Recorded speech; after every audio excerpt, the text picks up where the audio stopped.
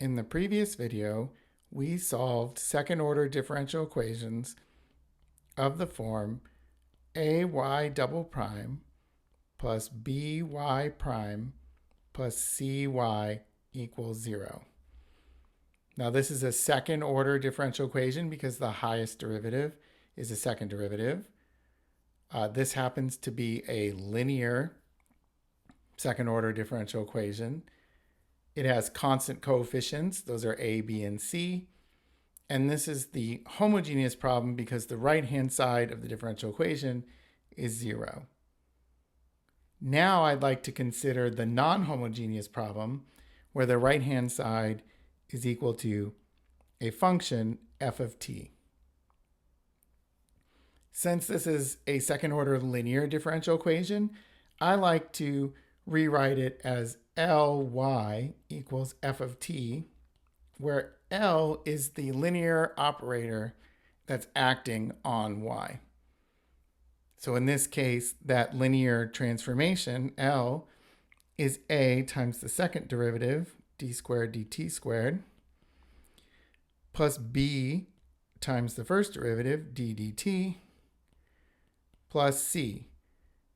Because the action that I'm doing to y is I'm doing a times the second derivative of y plus b times the first derivative of y plus c times y. So I'm going to focus on solving this linear non-homogeneous problem, Ly equals f of t. And the method I'm going to use is a method that's called undetermined coefficients. But before we get into that method of undetermined coefficients, I'm first going to just talk about the general theory of solving these linear non-homogeneous problems. So I'm given that differential equation, Ly equals f of t, and I'm going to try to leverage the solution to the corresponding homogeneous problem. The homogeneous problem is Ly equals 0.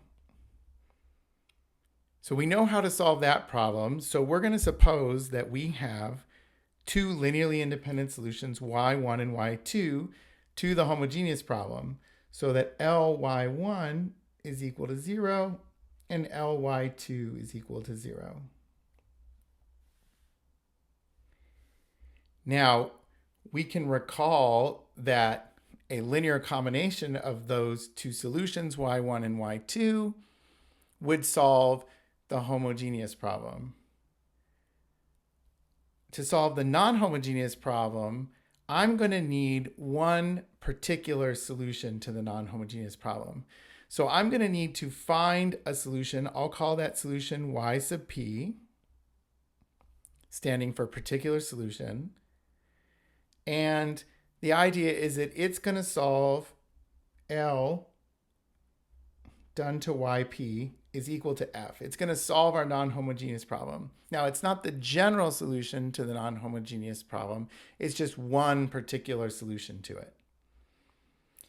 Well, if I take that particular solution and I add to it the homogeneous solution, which is a linear combination of those two linearly independent solutions, y1 and y2, then I can use that distributive property of L to see that L done to c1y1 plus c2y2 plus my particular solution is in fact c1ly1 plus c2ly2 plus lyp.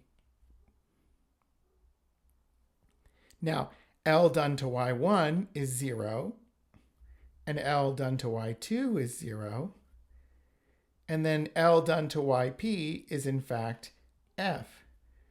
So L done to my sum of my linear combination of y1 and y2 and then my particular solution is in fact still f.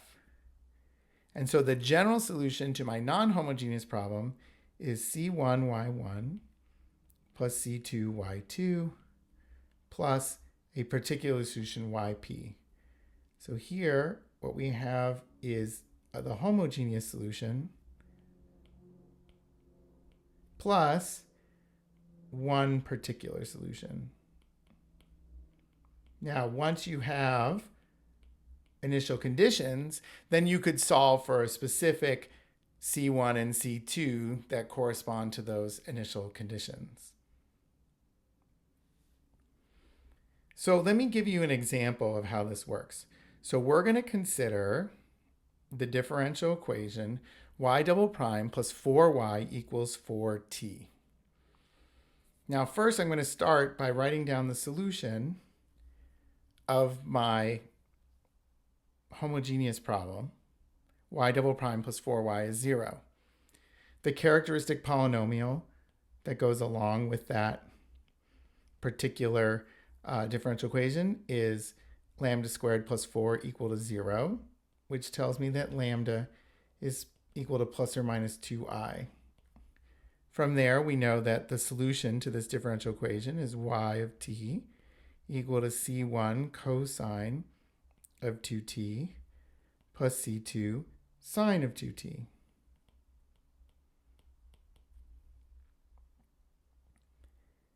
And that is my general solution to the homogeneous differential equation. Now I'd like to go about finding a particular solution when the right-hand side is not 0, but in fact 4t. So I'm going to make a guess that if I take the second derivative of my solution and then add 4 times the solution, that if it equals 4t, it must be that y is some sort of polynomial. Well, if y is supposed to be a polynomial, I'm going to consider a polynomial of order 1, at plus b. And that's going to be kind of my guess for my particular solution. And then we're going to see if that guess makes sense and whether it gives us a particular solution. Now notice that because that guess is linear, that y double prime in this case is 0. So if we plug this solution, at plus b, into this differential equation, we get that y double prime is 0, okay, plus 4 times y, which is at plus b, and that must equal 4t. So that tells us that 4at plus 4b must equal 4t. And then I'm going to say plus 0 because there is no constant term there. Well, I'm going to match the t's, so 4at with 4t, which tells me that a must be 1 in order for those two terms to match. And then I'm going to match 4b with 0, and that tells me that b must be 0. And so, in fact, the particular solution, I'm going to call it yp, equal to at, so 1t, plus b, which is 0.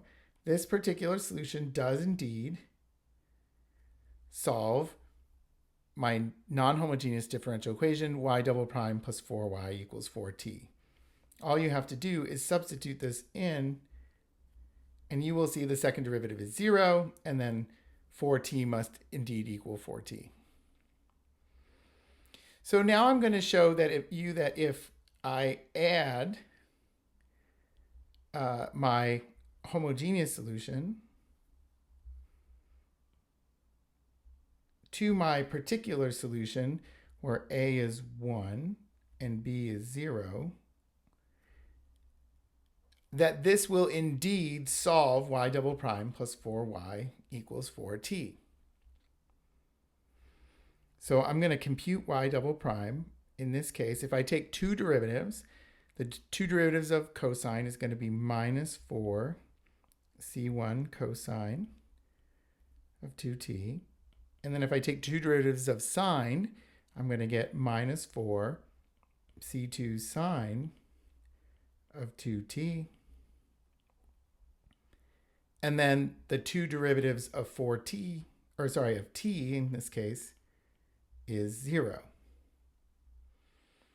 Now, if I want to add 4y, okay, so what is 4y? It is 4c1 cosine of 2t plus 4c2 sine of 2t, and then plus 4t.